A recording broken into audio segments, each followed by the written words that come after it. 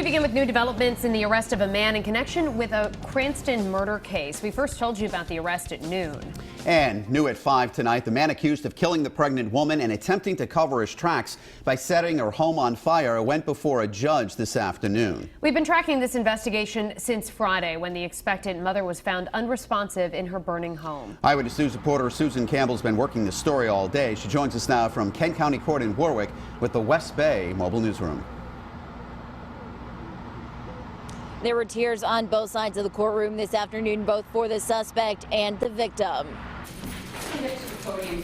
An accused killer in handcuffs. Count number 2 is that you murdered Aliss Collins. Cranston police say on Friday, Bourne Smith killed Aliss Collins and her unborn baby, then set a fire in Collins' Marcy Street apartment. Police say Collins and Smith had been in a relationship for about 10 months. Collins' family told detectives the relationship was strained from the beginning. One witness even described it as volatile.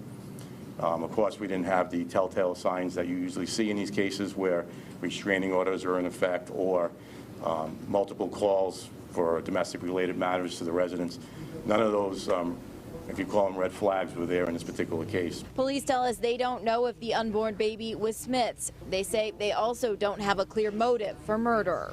We're confident that we have a very strong case against Mrs. Smith, and we'll move forward with the judicial system at this point. Has he confessed? I cannot comment on that. I can tell you he cooperated with the investigation. What exactly he said, I cannot share with you at this time. Smith was arrested near his home in Providence Tuesday night. He doesn't have any prior convictions. The medical examiner says Collins' cause of death was blunt force trauma to the head and smoke inhalation. Coming up new at 6, what police said when we asked them about the murder weapon. Live with the Mobile Newsroom, Susan Campbell, Eyewitness News. We begin tonight with an arrest in a shocking murder investigation.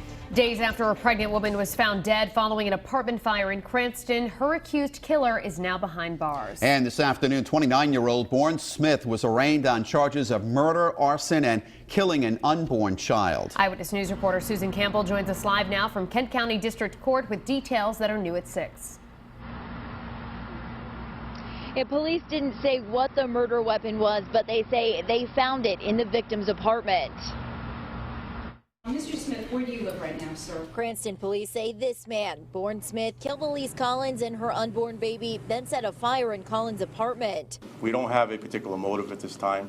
That's still under investigation. But police say they did find a murder weapon. A murder weapon was seized inside the residence, and forensic analysis links Bourne Smith to that murder weapon. Police say they also gathered evidence at Smith's apartment in Providence. We did seize quite a bit of evidence from his apartment, but I don't want to speculate. We're still doing the analysis on what was found. Police tell us Smith and Collins had been in a relationship for about 10 months. Collins' family told detectives it was a strained and tense relationship, but police say there was no evidence of prior violence. Mr. Smith has never been arrested, and we have no history of calls for service responding to that residence for any domestic-related matters. Police tell us they don't know if the unborn baby was Smith's.